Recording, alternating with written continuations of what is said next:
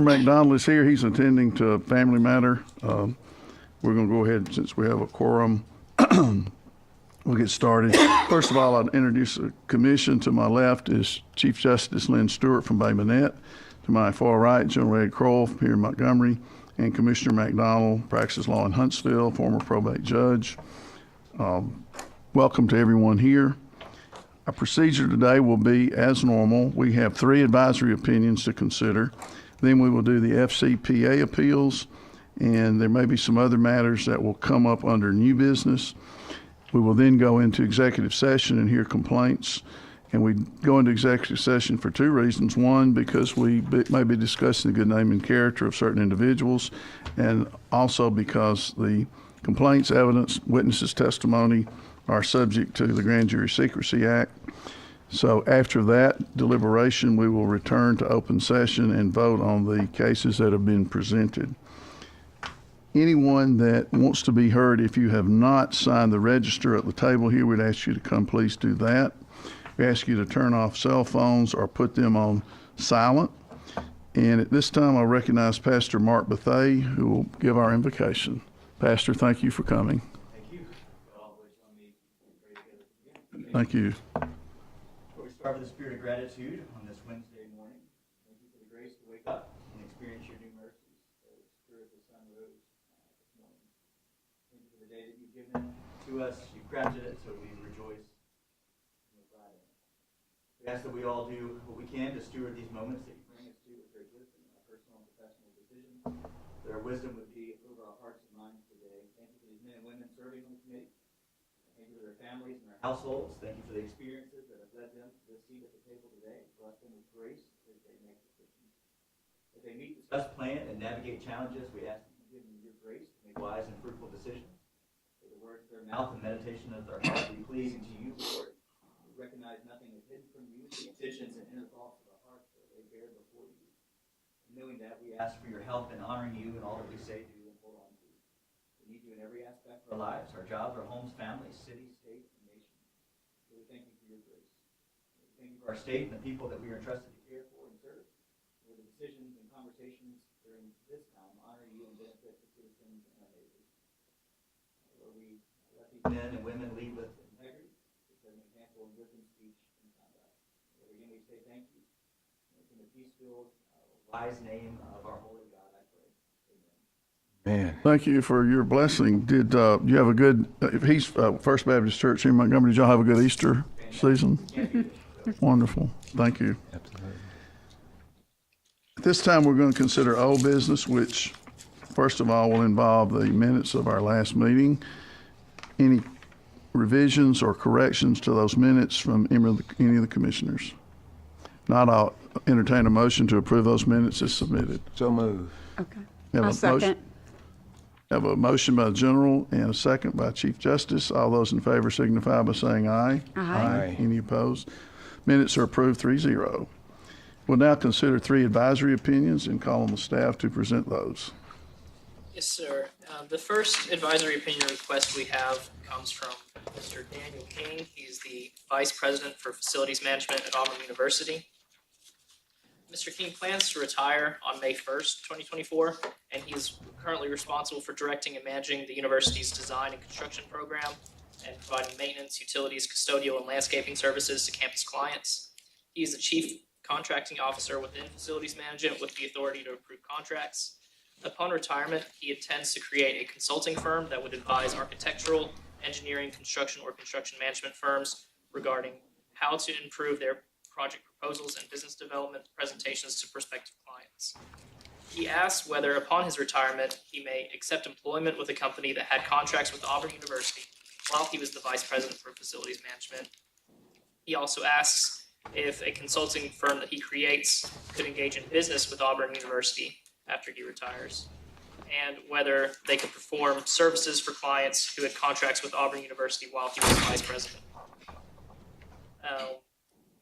The opinion recognizes that the revolving door provisions of the Ethics Act prohibit former public employees from soliciting or accepting employment with a business where they personally participated in the direct regulation, audit, or investigation of that business. and states that therefore he may not solicit or accept employment with a company that had contracts with Auburn University where he participated in the review or approval of that contract until 2 years after he leaves his position or since he last participated in reviewing that contract. It also prohibits former public employees from representing any client or private employer before their former public employer for 2 years, and it prohibits certain former public employees, including those who participate in the negotiation or approval of contracts, from soliciting or negotiating or entering into such contracts with their former public employer. And this opinion states that therefore he may not represent clients before Auburn University or enter into such contract with Auburn University until 2 years after he leaves his position. And the opinion clarifies that the restriction does not prohibit other employees of his firm from representing clients of his firm to Auburn. Further, the opinion states that there's nothing in the Ethics Act that would prohibit him from performing services on a contractual basis for clients who had contracts with Auburn University while he was the vice president, as long as he does not and has not used his position with Auburn University to create the opportunity, and he has not solicited or received anything for the purpose of corruptly influencing his official action. Any questions or comments from the commission? Not, I'll entertain a motion to approve this advisory opinion as submitted. I'm sorry. Oh, I'm sorry. Anyone else want to speak besides the commission or the staff? All right, thank you. I'll entertain a motion to approve this advisory opinion number 2024-02. I move that we approve advisory opinion number 2024-02. Do we have a second? Second. We have a second from General. Any further discussion? Not, all those in favor signify by saying aye. Aye. Any opposed? Passes 4-0. Advisory opinion 2024-03. Yes, sir. This request comes from our state auditor, Mr. Andrew Sorrell. He asks, this question is regarding the restrictions of the FCPA, the Fair Campaign Practices Act. He asks whether there are any limits on the amount of money or the length of time that a PAC or PCC could purchase a certificate of deposit to earn interest on. He also asks whether there's any requirement that part or all of the money be insured by the FDIC. He also asks that in the event that loaned money is lost, is there an obligation on the part of the candidate or the chairman of the PAC to repay that money? He asks if there's any prohibition on money being loaned to an entity other than a bank. He also asks if there's any prohibition on which banks or private companies a PAC or PCC could loan to, and whether there are any restrictions on what types of investments a PAC or PCC could participate in beyond buying a CD or loaning money to earn interest.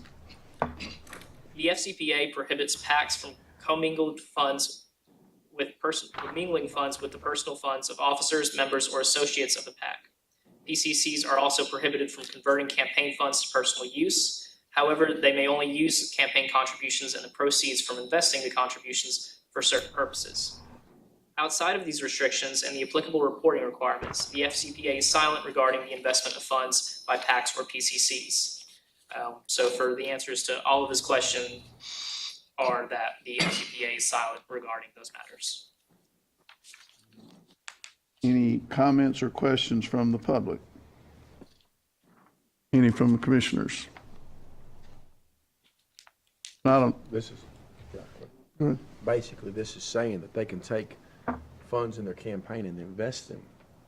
Right. And the FCPA does, if not explicitly, at least implicitly acknowledges some kind of investment because it discusses the use of proceeds from investments of campaign funds, but it doesn't specify what the restrictions regarding investing campaign funds are.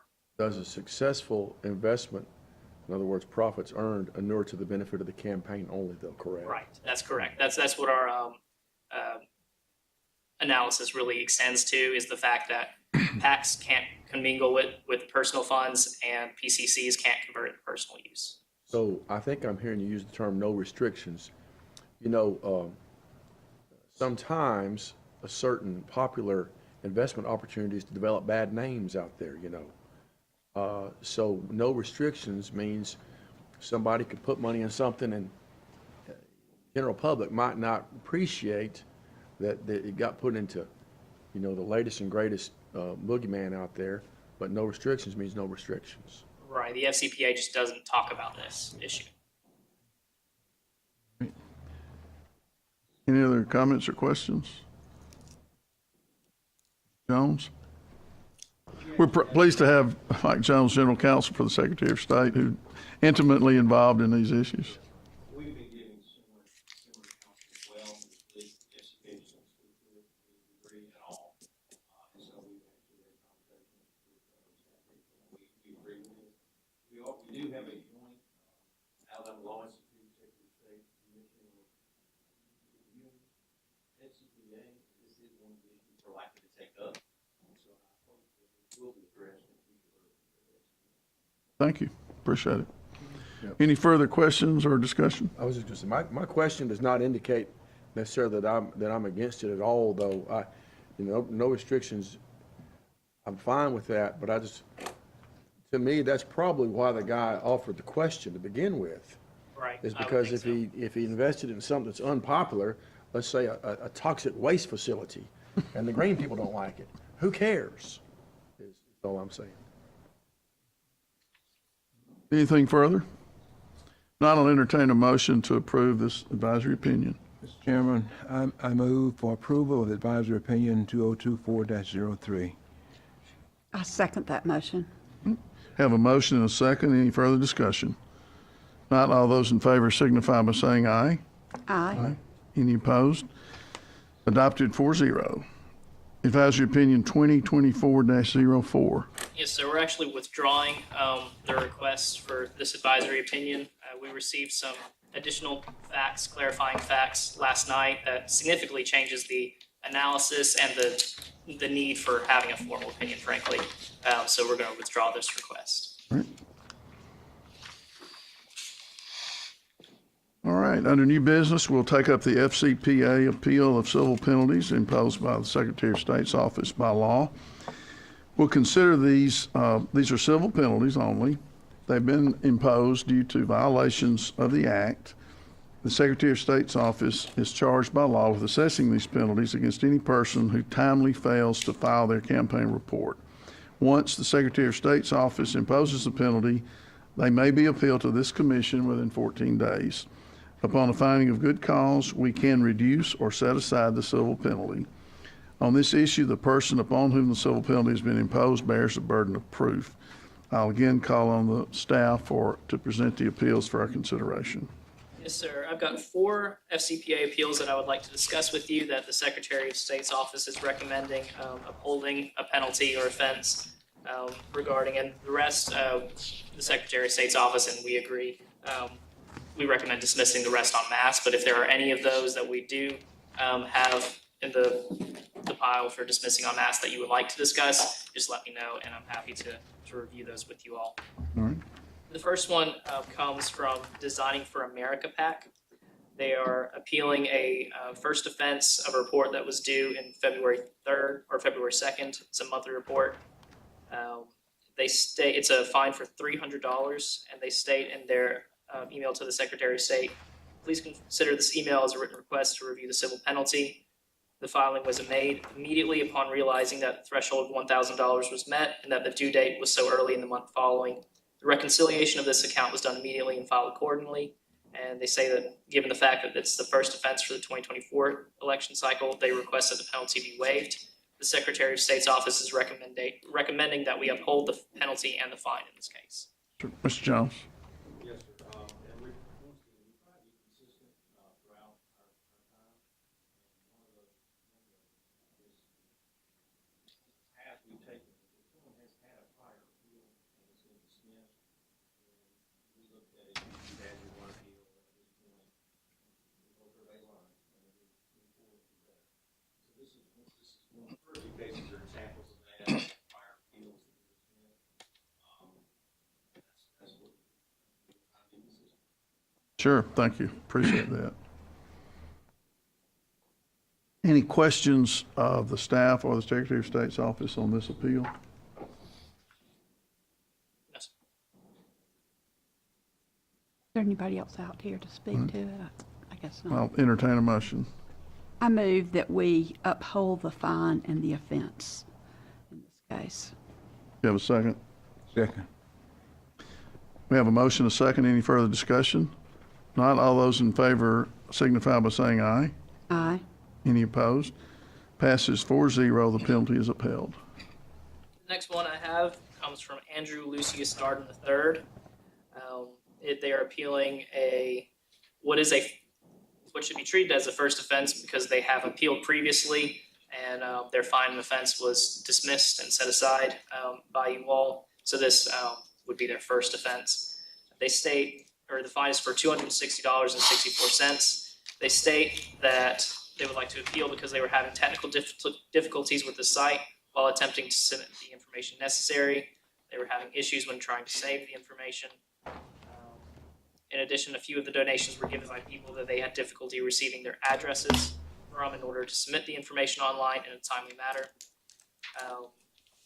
Like I said, the fine is for $260.64. However, that's the fine assessed for a second offense. I don't believe the Secretary of State's office is able to account for your dismissals, so that's why it's that amount, which is a higher amount that would be imposed for a first offense. So I'm recommending that you all uphold the penalty, but reduce the fine to $100.73.76 in accordance with what would be the penalty for a first offense. Okay, Mr. Jones? And that was very accurate. Where we stand. Okay. This one's a fire appeal, and it was dismissed, and we have no objection to it. All right, thank you, sir. Any questions from the commission or anyone else? Not, I'll entertain a motion on this appeal. Mr. Chairman, I move that we uphold the offense and reduce the fines to $173, as noted. We have a second. Second. Have a motion, a second. Any further discussion? Not all those in favor of upholding or denying the appeal signify by saying aye. Aye. Aye. Any opposed? The fine is upheld 4-0. Carl Hovatter? Yes, sir. He is appealing 4 offenses with a total of $617.61. He states in his appeal that he would like to request a reduction in the fines imposed for the late filings. He understands it is completely his fault, but he was not aware that there was a timing element on the reports. He knew that all spending and contributions had to be accounted for. His plan was to report everything at one time, but someone mentioned to his wife inquiring about his spendings. So he logged in to report, and that is when it became apparent that it should have been reported periodically. He says he apologizes for the oversight and assures that there was never any intention to do anything that is not acknowledged or open. And the Secretary of State's office is recommending that we uphold the first fine, the first penalty and the fine of $300, and dismiss and set aside the remainders. Yes, sir. Once again, this is the other, this norm we're trying to establish, is that when someone does have 4 or more offenses, and it's hard for us to say dismiss all of those. We just ask that you simply uphold the first penalty, whatever that amount may be, and that we have no problem dismissing them. Thank you, sir. Any questions from the commission or anyone else on this appeal? Not, I'll entertain a motion. I move that we reduce the offenses to 1, that being the first offense, that we dismiss offenses 2, 3, and 4, and that we uphold the fine for the first offense, which is $300, and remit the balance. Do you have a second? Second. Second by Commissioner McDonald. Any further discussion? Not all those in favor signify by saying aye. Aye. Any opposed? Passes 4-0. The appeal is approved as stated. Next, we have Lee Talbot is similarly appealing 4 offenses. His total is for $438.84. He writes saying that he did not intentionally violate the reporting requirements of the FCPA and respectfully asks for the fines and offenses to be appealed. He says he contacted the Secretary of State's office for reporting assistance, and due to miscommunication, he was under the impression that he was not required to begin filing FCPA reports. But after following up with their office, he was informed that he was past due on filing some reports, and they were then filed in compliance with the FCPA, but he did not intentionally violate any reporting requirements. In this case, the Secretary of State's office is similarly recommending that we uphold the first penalty and the fine in this case for his first offense is $83.84. Yes, sir. Same exact situation. This was four fences there, and something, I think sometimes people ask, why is it a different amount? When you look at the first fence, you find out to be arbitrary value, you just say first fence, whatever it may be. This is the fairest way we know to address that situation, so that's what we've done. And the way the FCPA imposes penalties is that for your first offense, it is the lesser of either $300 or 10% of the contributions and expenditures that you receive. Any questions? Anyone? None, I'll entertain a motion. I move that we uphold both the fine and the offense for the first offense. That would be a fine of $83.84, and that we dismiss, and of course waive the fines in offenses 2, 3, and 4. Is there a second? Okay. Second by General. Any further discussion? Not, all those in favor of the motion signify by saying aye. Aye. Any opposed? Passes 4-0. And the remainder of the FCPA's appeals, again, we are recommending that they be dismissed en masse. But at this time, if you'd like to discuss any of those, I'm happy to. Any discussion or question from anyone on the balance of the FCPA appeals? Not, I'll entertain a motion. I move that we dismiss the balance of the FCPA appeals en masse. Do they need to be identified by name or anything else for I the don't record? believe so. I think we can handle those by dismissing and setting Okay. aside the. And the offenses fines are as well. set aside. Second. The- Sure. Here we have a motion and a second. Any further discussion? Not, all those in favor signify by saying aye. Aye. Any opposed? Passes 4-0. Anything further on those appeals from anyone? Who was the second on that one? General? General. All right. He's soft-spoken but carries a big stick. All right, Secretary of State staff, we always appreciate you being here in this state, as I have often. From everything that we hear from candidates, Nell's office bends over backwards to educate and re-educate people who are running for public office and try to be very fair with them. I've never heard a complaint otherwise. All right.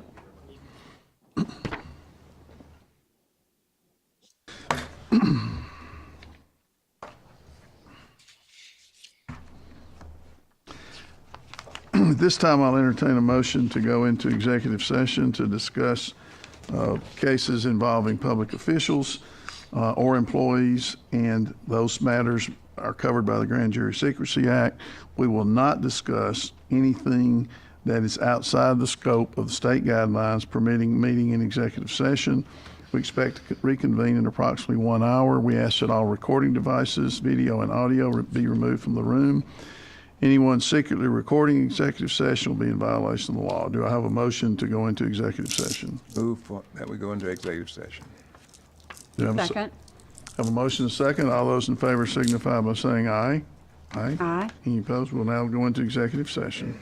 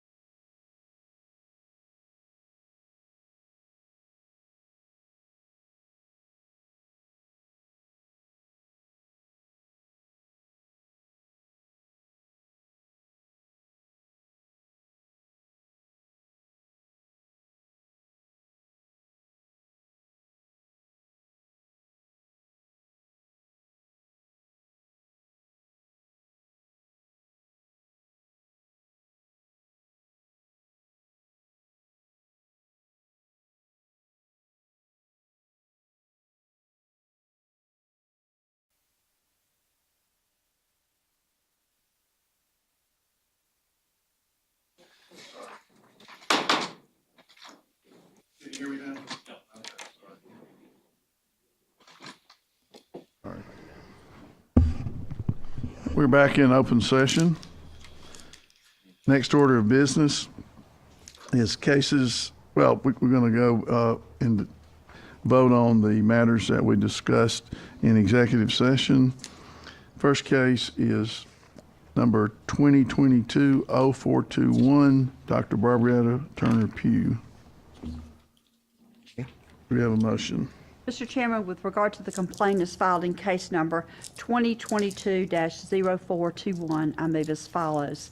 Based on the evidence as presented to this commission, there currently exists insufficient facts to hold that the respondent has violated the Alabama Ethics Act. I further move that this case be closed. Second that motion. Motion and a second. Any further discussion? Not call the question. All those in favor of dismissal signify by saying aye. Aye. Any opposed? Case is dismissed on a 4-0 vote. Second case is Charles Roberts Jr., case number 2023-0183. Mr. Chairman, with regard to the complaint that's filed against case number 2023-0183, I move as follows. Based on the evidence as presented to this commission, there exists cause to hold that Charles Roberts Jr., employee, City of Foley, has committed one minor violation of the Alabama Ethics Act. I further move that the case be handled administratively and that it be referred for review and appropriate legal action. District Attorney of the appropriate judicial circuit. Is there a second? Second? Any further discussion? Not, we'll vote. All those in favor of the motion signify by saying aye. Aye. Any opposed? Approved 4-0. Mr. Director, what is next on our agenda? Mr. Chair, you have before you a list of cases which the staff of the Ethics Commission recommends dismissing because there's insufficient evidence supporting a violation, and we ask that you solicit a motion, please, dismissing those as a group. Any questions or comments from the commission? I move that we dismiss the cases recommended by the staff for dismissal. Second? Have a motion, a second. Any further discussion? Not, all those in favor signify by saying aye. Aye. Any opposed? Approved 4-0. What other business do we have?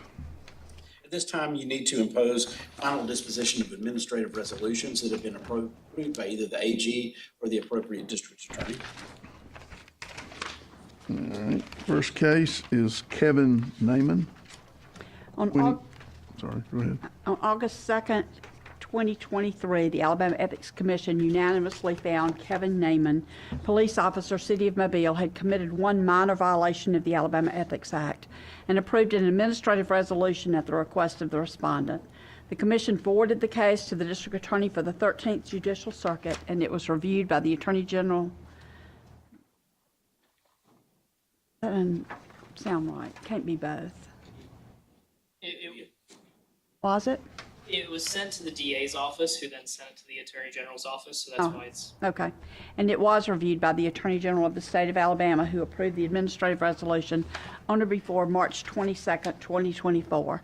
Accordingly, I hereby move as follows. An administrative penalty in the amount of $100 be ordered by the Commission to be paid to the Ethics Commission by cashier's check, money order, or online payment on or before June 5th, 2024.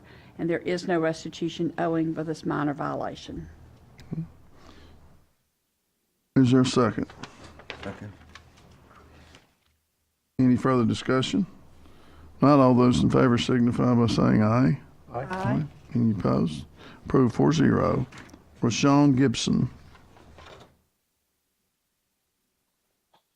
No. You? I got it. Yes, sir. That's case number 2023-0331. Okay.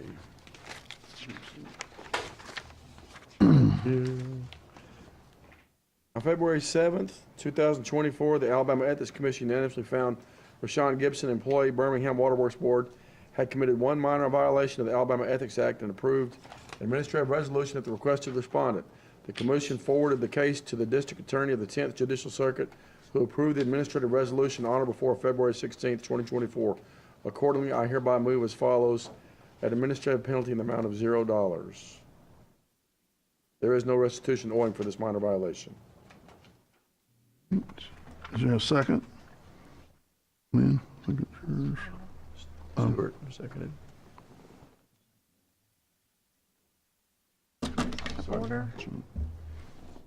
Oh, I second the motion. We have a motion and a second. Is there any further discussion? Not all those in favor signify by saying aye. Aye. Any opposed? Approved 4-0. The next case is Michael Brandon Freeman, case number 2023-0220, an employee of the Phoenix City Board of Education. Who had that one?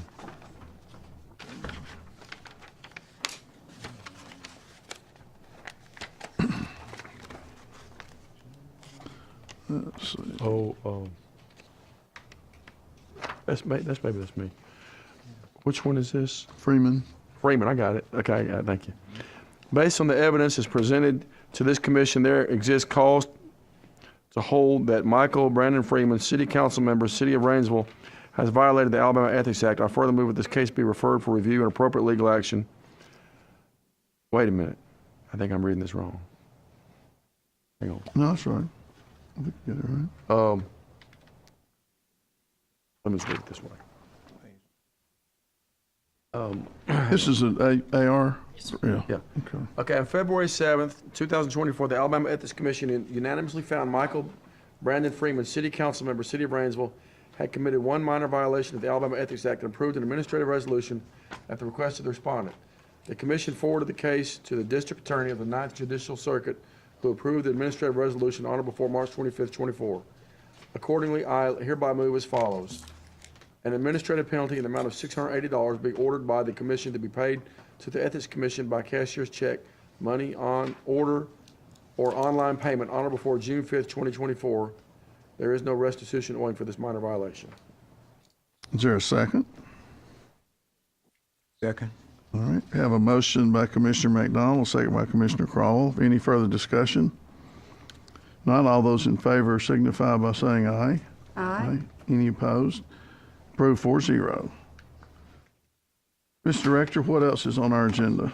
Yes, sir. You have before you a request from Harper Moore for the imposition of a payment plan, and I'll turn it over to Brian to explain the facts of that.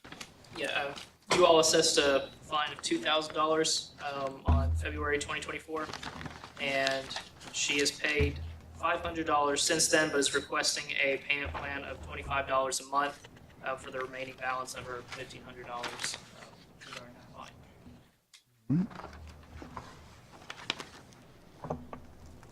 I move that we approve the requested payment plan of $25 a month. I second. Have a motion, a second. All those in favor signify by saying aye. Aye. Any opposed? Approved 4-0. Anything else on our agenda? No, sir.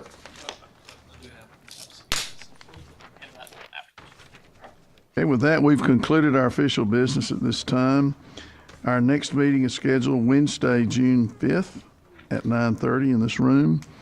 I'll just state, in my years on the commission, I have consistently watched the number of complaints and cases for prosecution go down significantly, which indicates to me that the Ethics Act is well understood and is well followed by public officials in our state. Any comment or before we close? Now I'll entertain a motion to adjourn. So move. Have a motion and a Second. motion and a second. All those in favor signify by saying aye. Aye.